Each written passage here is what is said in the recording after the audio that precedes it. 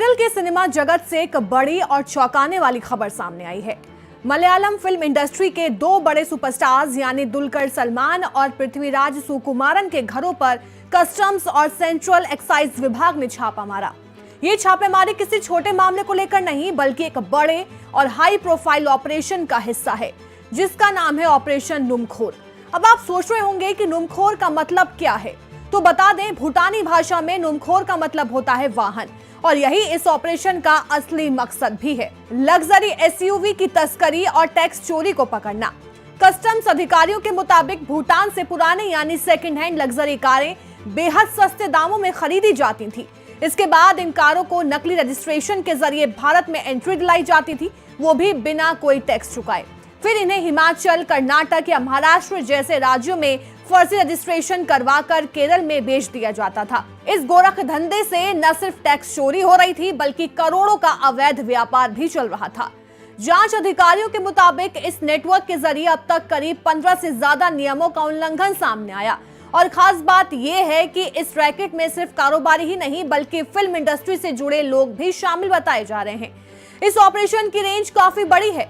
केरल के 30 से ज्यादा ठिकानों पर एक साथ छापेमारी हुई, जिसमें कोची, तिरुवनंतपुरम, कोझिकोड, मल्लमपुरम, कुट्टीपुरम और त्रिशूर जैसे बड़े शहर इस जांच के जद में आए हैं। दुलकर सलमान के घर पर अधिकारी पहुंचे, पृथ्वीराज के थेवारा रेसिडेंट पर भी छापा पड़ा। इतना ही नहीं, उनके तिरुवनंतपुरम वाले घर पर भी टीम ने जांच की। हालांकि साउथ के सुपरस्टार दुलकर सलमान मुश्किल में फंस गए हैं। दरअसल कस्टम विभाग ने उन्हें समन भेजा है और उनकी 2 लग्जरी कारें जब्त कर ली गई हैं। इनमें एक लैंड रोवर डिफेंडर और एक टोयोटा लैंड क्रूजर शामिल है। आपको बता दें कि इस पूरे मामले की शुरुआत डायरेक्टोरेट ऑफ रेवेन्यू इंटेलिजेंस यानी DRI की एक टिप से हुई थी। सूत्रों के मुताबिक भूटान आर्मी के पुराने वाहनों को सस्ते दामों पर बेचा जाता था। इन्हीं गाड़ियों का इस्तेमाल तस्करी के लिए किया जाने लगा। पिछले 2 सालों में ऐसी दर्जनें लग्जरी कारें केरल में पहुंची, जिनकी कीमत करोड़ों बताई जा रही है। छापेमारी में मल्लपुरम और कोझिकोड की कई यूज्ड कार डीलरशिप और बड़े बड़े बिजनेसमैन के घर भी निशाने पर रहे। फिल्मी दुनिया में यह खबर बिजली की तरह फैली है। सोशल मीडिया से लेकर फिल्म जगत तक हर जगह इस पर चर्चा हो रही है। दुलकर सलमान इन दिनों अपनी upcoming Telugu film lucky Bhaskar की शूटिंग में बिजी हैं। इस फिल्म में पूजा हेगड़े उनके साथ नजर आने वाली हैं।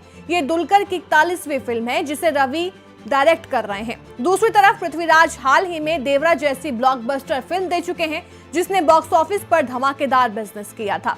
दोनों सितारे सोशल मीडिया पर एक्टिव तो हैं, लेकिन इस मामले में अब तक उन्होंने चुप्पी साध रखी है।